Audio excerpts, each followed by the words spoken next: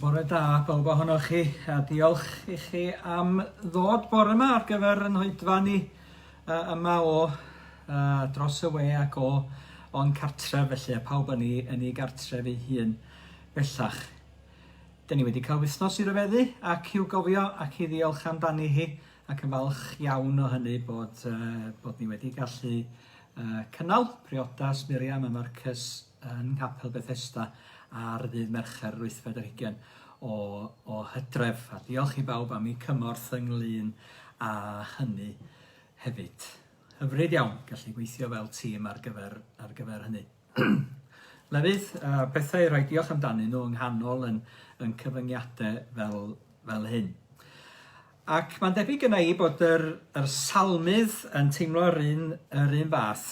Ac da ni wedi bod yn ystod yr wythnosau dwytha yma mynd trwy lyfr salmau gan oedi gyda rhai salmau cyfarwydd yn galondid ac yn anogaeth i ni yn ffydd, yn taith ac yn bywyd ynghyd.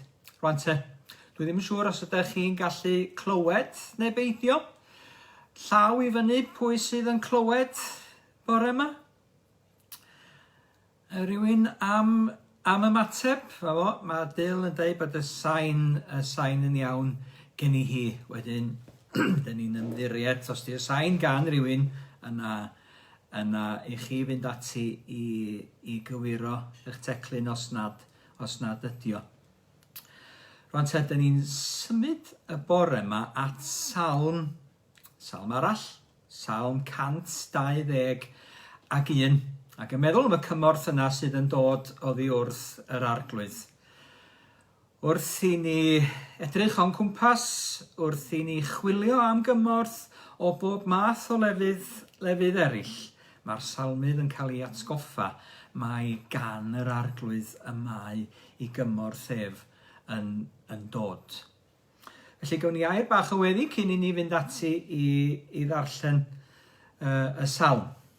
Nwch i ni weddio.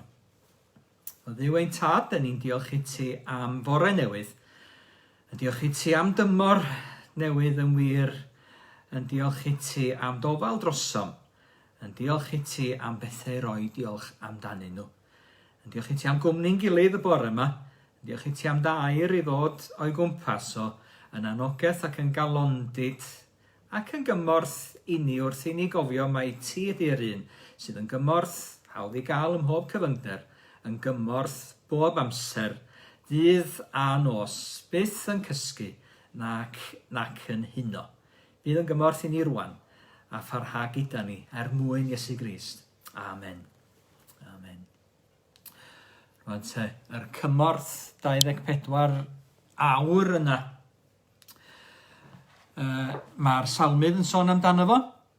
24 awr, 7 diwrnod o'r wythnos a 365 dydd y flwyddyn. Bob amser yn ddibaid. Dych chi a fi angen cysgu a gorffwys, ond dydy'r arglwydd ei hun byth yn gwneud hynny. Y mae o yn cadw ni, yn cynnal ni bob amser. Cymeddwl am y salm felly, dyn ni'n byw mewn ardal braf iawn sydd â bryniau clwyd o'i chwmpas i. Mi ges i ynghodi mewn ardal braf iawn arall yn y deirnion, lle roedden ni'n gweld mynyddoedd y Berwyn, i lawr at dde Eryri, yr Arannau, Cadair Idris, yr Arenig, a bryniau clwyd a hiraethog hefyd. O'r fferm ges i fy magu. Lle hyfryd iawn yn yr haf, a pan oedd yr olygfa'n braf, ddim cymaint felly yn y gaeaf. Ond dyma olygfa ar y daith i fyny at Moel Famen, edrych i gyfeiriad yr mynyddoedd Llantysilio a chyffiniau'r Berwyn felly.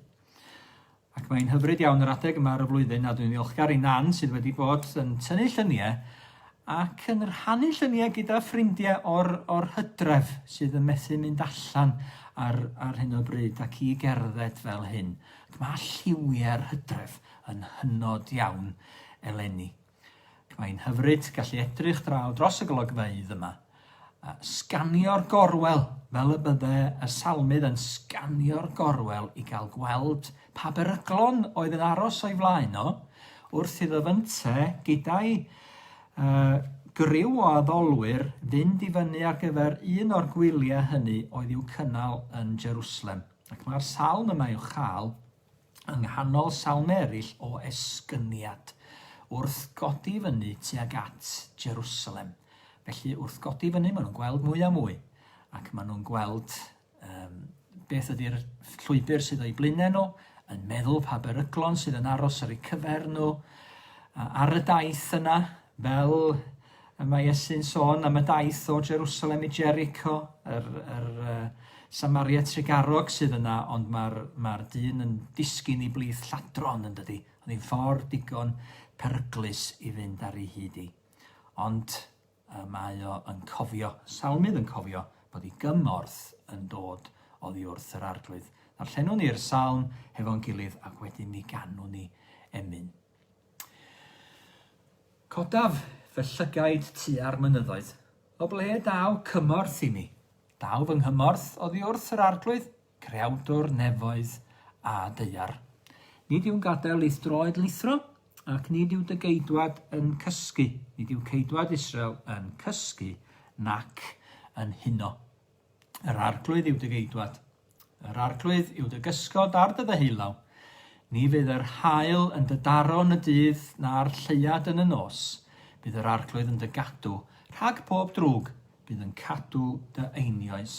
Bydd yr arglwydd yn gwylio dy fynd a ddod yn nawr a hyd byth.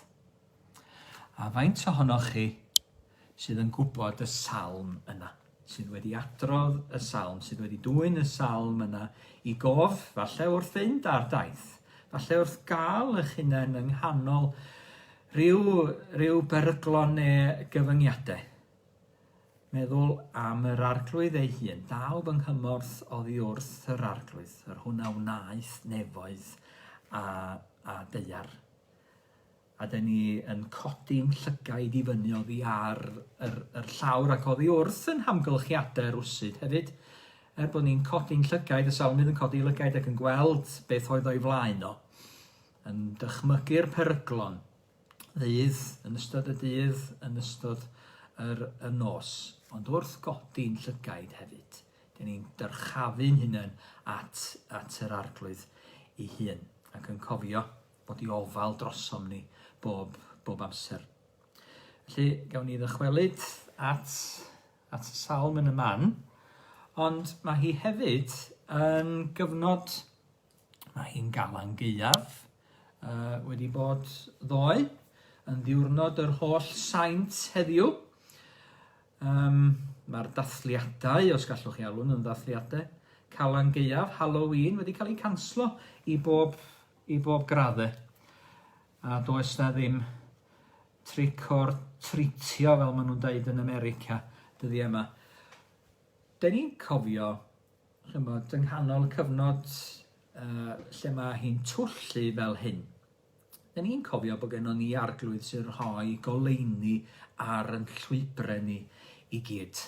Ac emyn ynglyn â hynny ydy hon gennym ni y bore yma.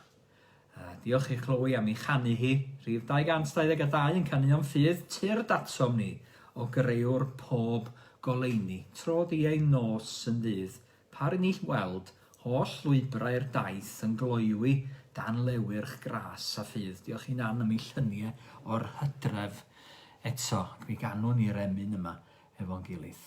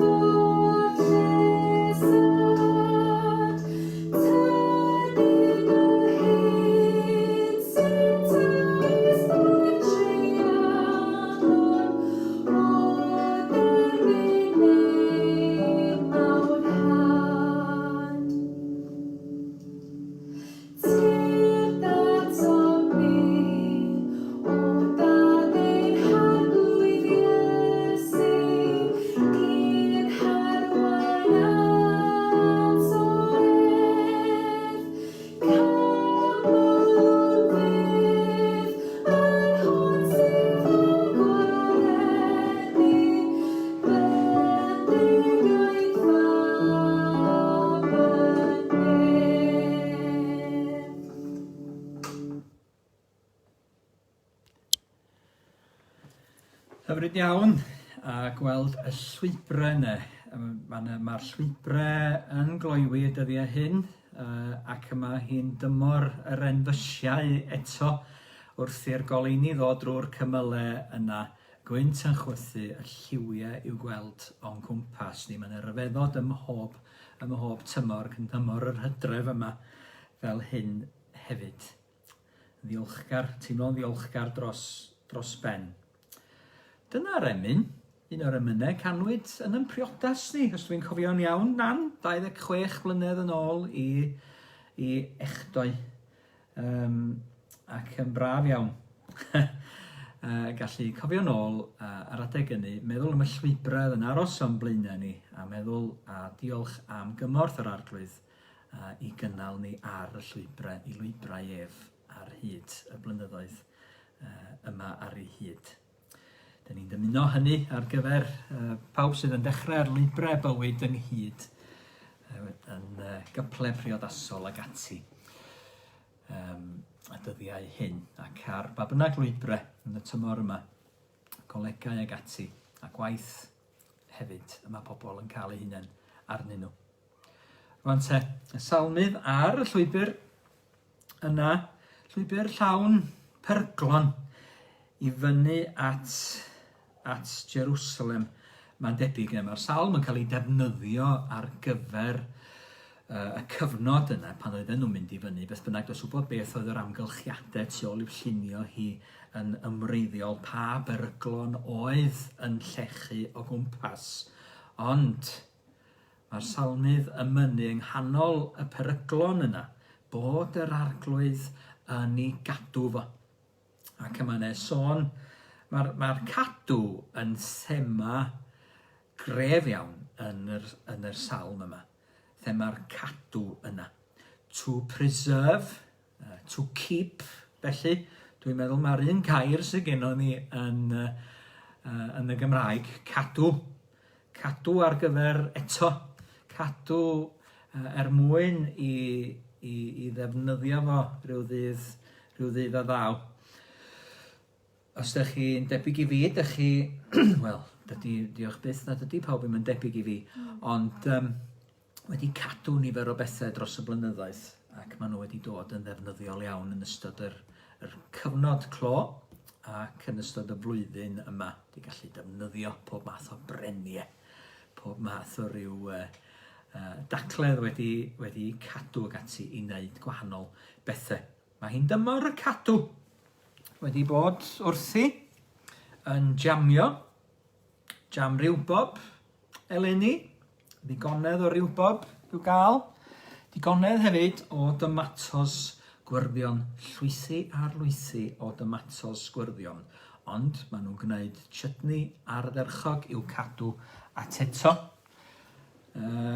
Cetwad, ffa dringo, a ddigon o hwnnw, yr oedd yna ddigon ohonyn nhw yn tyfu, ac mi fydd yn dda i gael hwnnw ynghyd ar cetwad beetroot, a relish tomato gwyrddion. Mae wedi bod yn flwyddyn reit da o ran yr cropiau felly, a mae yna waith i cadw nhw ar gyfer defnyddio yn y gaeaf. Salmydd yn sôn am y cadw. Ac wrth fynd ymlaen i'r salmau nesaf wedyn, mae o'n synnu bod Duw wedi i gadw fo hefyd. Mae o'n synnu bod Duw yn caniatáu iddo fo gyrraedd y ddinas yna a mwynhau bendith a heddwch y ddinas y mae o'n cyrraedd ati hi. Ac mae'r salm wrth gwrs yn ddarlun o'n bywyd ni, teithiau bywyd a'r nod ar yn cyfer ni, mae'n llwybrau ni yn harwain atyn o Jerusalem nefol, nefoedd i hun, a bod yr arglwydd yn cadw ni yn ei law hyd hynny. Ond wrth feddwl am y cadw yma, jyst am i ni feddwl am rhai cwestiynau ac wrth feddwl am yr salm yma ar ei hyd. Cadw, mae'r gair yn y fan yna, siamar ydy'r gair am gadw yn Hebraeg, A Siomar, yr un sydd yn cadw, Siomar Israel ydy ceidwad Israel. Felly mae y salmydd yn cyfeirio at Dduw, yr un sydd yn cadw Israel. Felly, yn cwestiwn cyntaf ninna wrth yr chafyn llygaid i'r mynyddoedd, ydy meddwl o lle mae'n cymorth ni yn dod a pwy ydy hwn? Pwy ydy hwn sydd yn cadw ni? Pwy ydy'r ceidwad yma? A dyn ni'n dod ac yn sylweddoli mae yr un sydd yn creu y nefoedd a'r ddeiar ydy o. Yr un sydd wedi gwneud popeth sydd i weld o'n cwmpas ni. A'i fod yn te yn ymostwng ato ninne unigolion a chymdeithas unigolion, i bobl efi hun, Israel yn y fan yma, yr eglwys i ni, ac yn dangos i ofal amdano ni. Mae'n rai yn meddwl ynglyn â'r greadigaeth, yn ddigon bodlon cydnabod bod na greuwr, bod na ryw fod tu ôl i'r cwbl dyn ni'n ei weld, bod na ryw intelligent being felly wedi rhoi pob peth sydd o'n cwmpas ni yn ei le. Ond eto heb fod yn adnabod yr creawdwr hwnnw, heb fod yn ystyried bod awnelo'r creawdwr hwnnw a ninne fel unigolion. Ac mae'r creawdwr hwnnw yn Dduw sydd yn bersonol i ni fel unigolion ac fel pobl hefyd. Ac felly ydy ceidwad Israel. A pwy mae o'n ei gadw? Fel o'n i'n sôn, mae o'n cadw chdi a fi, ac mae o'n cadw ninne oll fel i bobl. Nid creawdwr pell ydi o, ond Duw sydd yn agos at bob un ohono ni. Ac efallai bod gennych chi brofiad o gael eich cadw rhyw dro. Eich cadw rhag niwed, fel mae'r salmydd yn sôn am gadw i droed rhag llithro ar y llwybrau geirwon yna. Yn meddwl am John Wesley yn rhannu brofiad o gael ei dynnu allan o dŷ oedd yn llosgi pan oedd o yn fychan. A'i gadw felly ar gyfer gwaith pellach.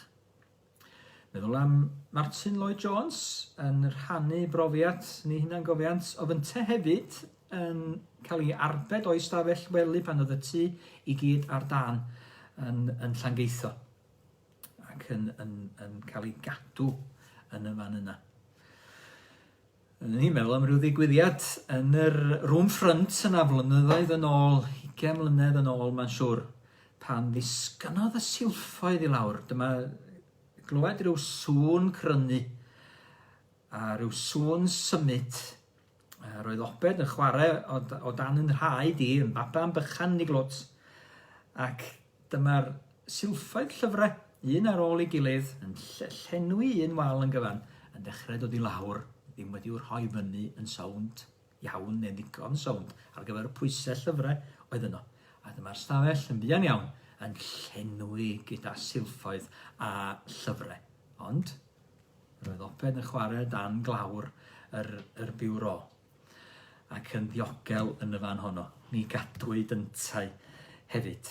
Ac falle bod gennych chi brofiad hefyd o gael eich cadw felly. Chybod, yn rhyfeddol rwsyd eich arbed. Mae Duw yn harbed ni ar gyfer ac yn gwaith arbennig. Mae o'n yn diogelu ni a'n cadw ni hefyd. Ac felly, dyn ni yn meddwl am yr hyn dyn ni yn cael yn galw i'w gadw hefyd. Os di Duw yn cadw ni, be di'r alwad arno ninne? Be dyn ni fod i'w gadw? Ai dim ond chutneys ar gyfer y gaea? Ai dim ond darnau y bren a rwtsh i'w defnyddio at eto rhag ofn felly? Os edrychwn ni drwy'r gair, drwy'r Beibl, da ni'n gweld bod dyn a dynes yng ngardd Eden yn cael ei gorchymyn i gadw y tir, i gadw yr ardd yna ac i'w chynnal hi. Mae'r gwaith yna'n cael ei ymddiried iddyn nhw, maen nhw fod i gadw'r lle mewn gofal da amdano. Maen nhw'n methu yn y gwaith yna.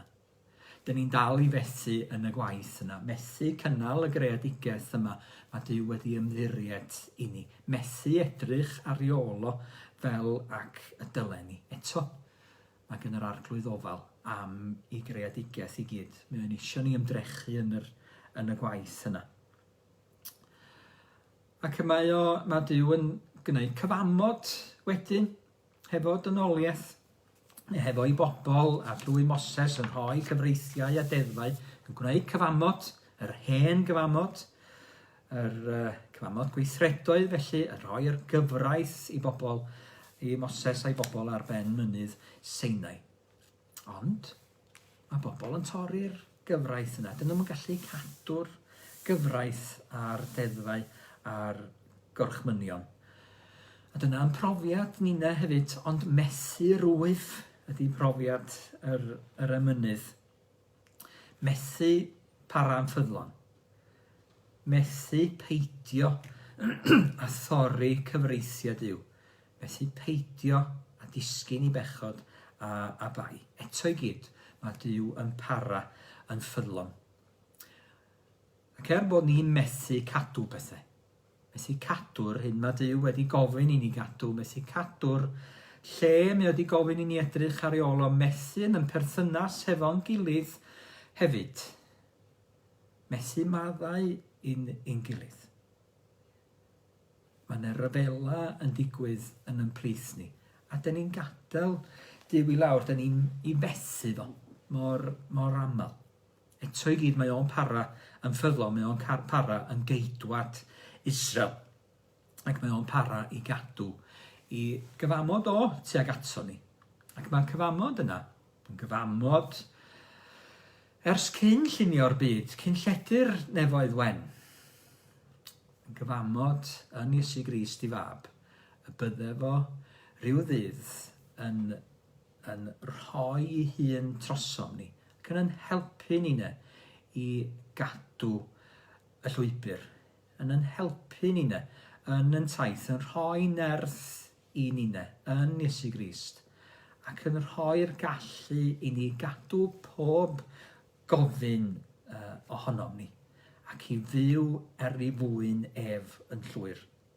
Mae o'n gwneud hynny drwy Iesu Grist, a drwy'r hyn mae Iesu Grist yn ei wneud trosom ni. Duw sydd yn cadw ydy Duw, yn cadw ei addewidion, yn cadw ei gyfamod ef, oherwydd dydy o ddim yn dibynnu ar neb arall ond ef ei hun. Mae o'n gyfamod lle mae o yn rhoi hun i mewn iddi. Ddim yn dibynnu arnom ni, ond mae o'n ei chadw ei hun ac yn tynnu ni mewn i'w fwynhau i bendithion hi. Pam y fath gadw? Pam y fath drafferth a gofal gan geidwad Israel fel hyn? Pam i fod o'n bod mor drigarog tuag atom ni? Pam i fod o'n gofalu trosom ni 24 awr 24/7 felly? Wel, yn bod ni'n credu yn bod ni yn werthfawr yn ei olwg o. Fel gwelson ni o'r blaen, yn Salm 100, defaid ei borfa yden ni. Yr rhai mae gen fo ofal amdano ni. Mae gen fo ofal am ei greadigaeth yn gyfan. Gwelodd Duw y cyfan o wnaeth a gweld mae da ydoedd ydy ddyfarniad o ar ei greadigaeth. Ac arnom ni'na hefyd. Binigl y greadigaeth yna oherwydd ynom ni y mae o wedi rhoi i ysbryd. Wedi yn gwneud ni yn ôl i lun a'i ddelw i fod mewn perthynas hefo fo ei hun. Ac mae o'n cadw ni oherwydd nad ydy o ddim am yn colli ni. Dyn ni rhy werthfawr yn ei olwg o iddo fo i ni fynd ar goll. Fel y salmydd ar hyd y daith, di o ddim eisiau fo golli i ffordd A mae eisiau iddo fo gyrraedd hyd at Jerusalem. Mae eisiau i ni'n gyrraedd hyd ato ef ei hun hefyd. A dyn ni'n meddwl mae'r adnod arbennig o werthfawr yna. Gan isfellu y carodd Dyw y byd cymaint. Fel yr hoddodd e fe ei unig afnedig fab. Fel na choller pwy bynnag agredo ynddo, ond caffael, ond cael ohono bywyd tragwyddol. Mae o am i ni gael yn cadw. Ac am yn cadw ni am byth felly. A dyn ni'n cael yn cadw hefyd, wrth ofyn y cwestiwn, pryd ydyn ni'n cael yn cadw? Dyn ni'n cael yn cadw bob amser.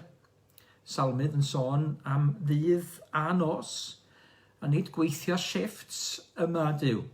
Yn ni'n meddwl am rai pobl yn gweithio shiftiau hirion ac yn ei gweithio nhw ar ôl ei gilydd, staff nyrsio ac ati, a ni'n hynod llawn edmygedd ohonyn nhw. Ac yn hynod ddiolchgar iddyn nhw am ei gwaith a'i llafur y tu hwnt i'r gofyn yn aml iawn, yr ail filltir yna yn cael ei cherdded. Dwi'n meddwl mae'r arglwydd, dydy o'm yn gweithio shifts. Dydy o ddim yn huno nac yn cysgu. Ddim yn hepian, felly, yn rhyw ben dwmpian fel byddwch chi a fi, neu'n cymryd rhyw 5 munud o power nap mwyn cael cario ymlaen drwy'r dydd. Ond mae o yn effro bob amser i'n anghenion ni. Yn cadw ni bob amser felly. Yn cadw ni yn gyfan, yn gorff, yn ysbryd ac yn enaid bob amser. Yn cadw ni'n gyfan gwbl bob amser. A dyn ni'n gofyn y cwestiwn hefyd, cadw rhag beth a cadw ar gyfer beth.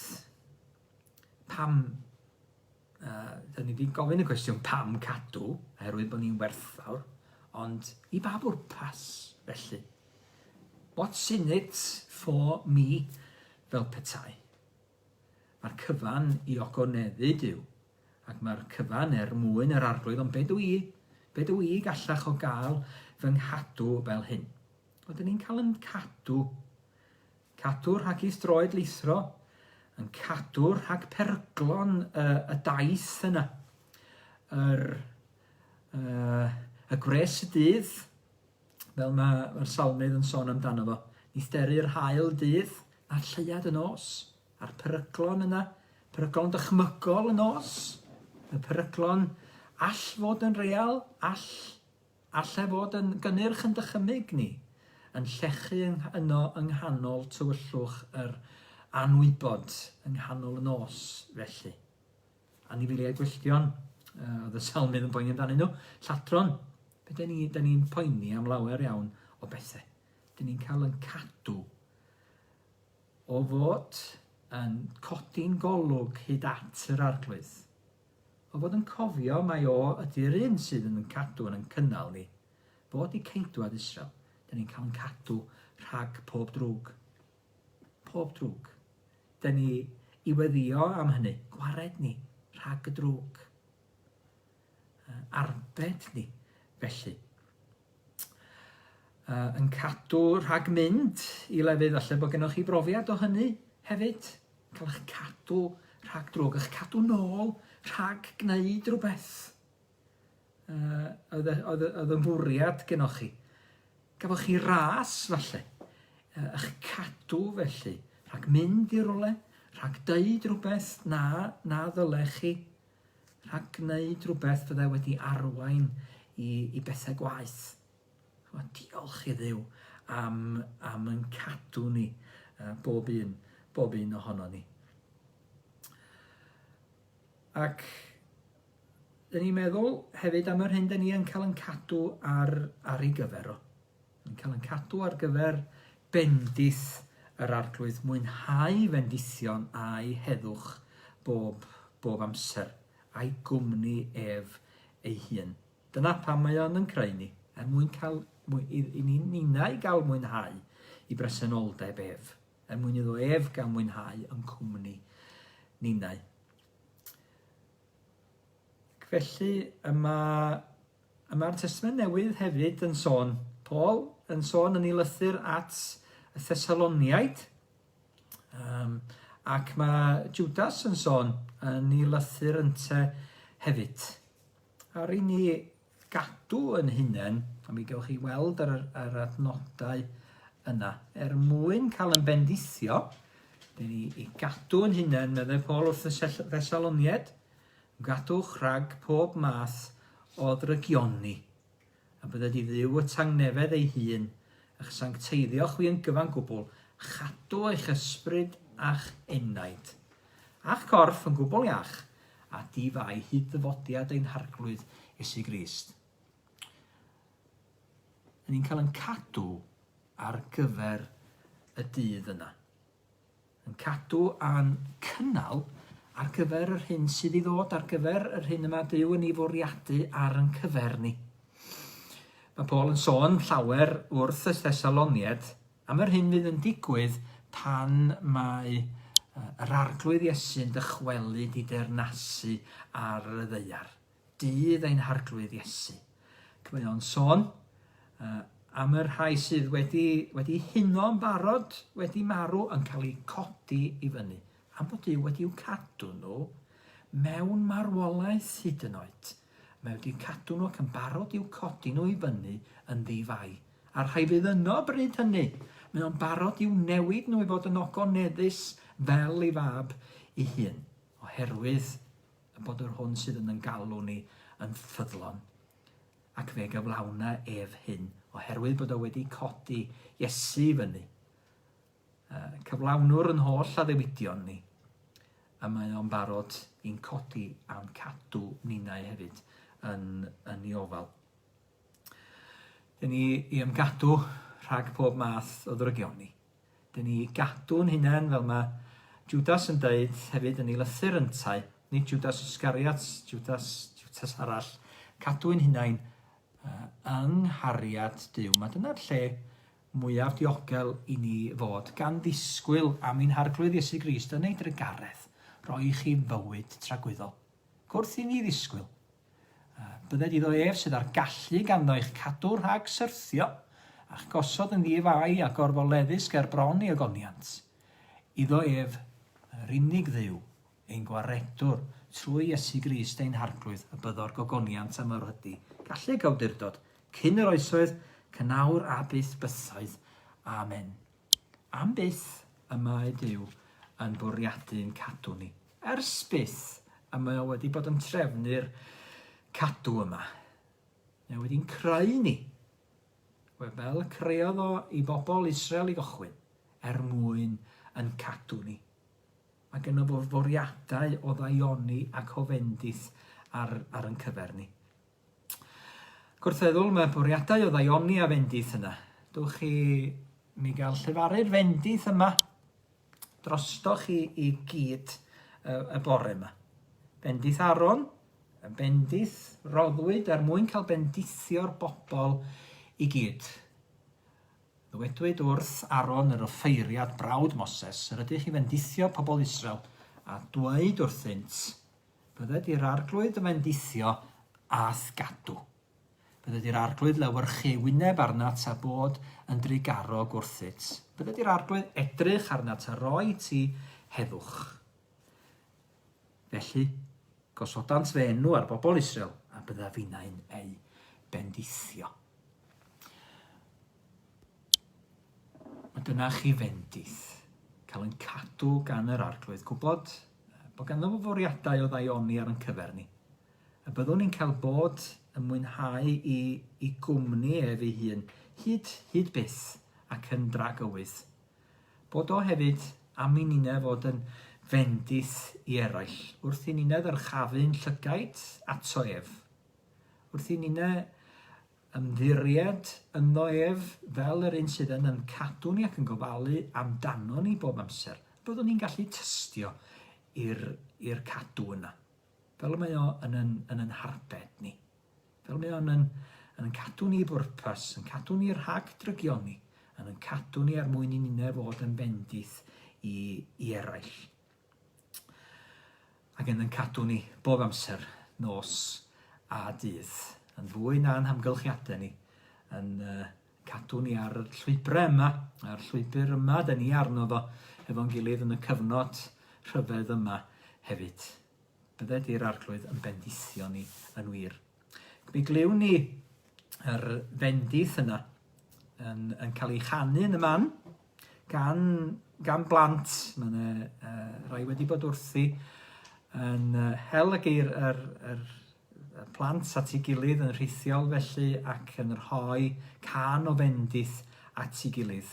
Ac mi allwch chi bod yn mwynhau y fendith yna yn y man.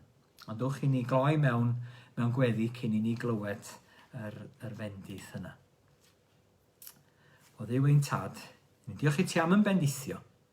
Yn diolch i ti am dy ofal drosto ni. Yn diolch i ti am dy ddewid i'n cadw ni. Cadw ni ddiogel arglwydd yn dy law. Ti'n mynd yn cadw ni rhag yr amgylchiadau a'r llwybrau dyn ni'n teithio drwyddyn nhw, ond eto rwy ti'n yn cadw ni yn gydymaeth hefo ni ar y ffordd yma. Yn gwylio drosom ni. Yn cynnal ni ar y daith. Yn gofalu bod ni'n cyrraedd hyd ato ti dy hun. Dyn ni'n cyflwyno'n teithiau i chdi arglwydd, cyflwyno taith bywyd yn pererindod i chdi, gan ofyn i chdi'n cadw ni a'n cynnal ni ar ei hyd hi. Gofyn i chdi arglwydd fel yr wyt ti'n yn bendithio ni i ni fod yn bendith i eraill hefyd ar y daith yma. Gan ni'n cyfeirio'n hwthau a'i llwybrau'n hwthau ata ti sydd yn gymorth ar yn cyfer ni. Sydd yn gymorth bob amser, ddydd a nos, bob dydd a bob tymor ar yn cyfer ni. Cyflwyno pawb sy'n anwyl i ni ar yn meddwl ni rwan, yn teuluoedd a'n cyfeillion, cyd-aelodau a chymdogion a chydnabod. Gan ofyn i chdi fod yn ni cadw'n hwthau hefyd arglwydd. Cadw nhw o fewn dy fendith a bwrpased i dy hun. Cadw dy ofal a tholwg drostyn nhw arglwydd. A'r rhai sydd mewn gwendid rwan, bydde di chdi roi dy gynhaliaeth iddyn nhw. Bydde di chdi fod yn bopeth iddyn nhw ar y daith.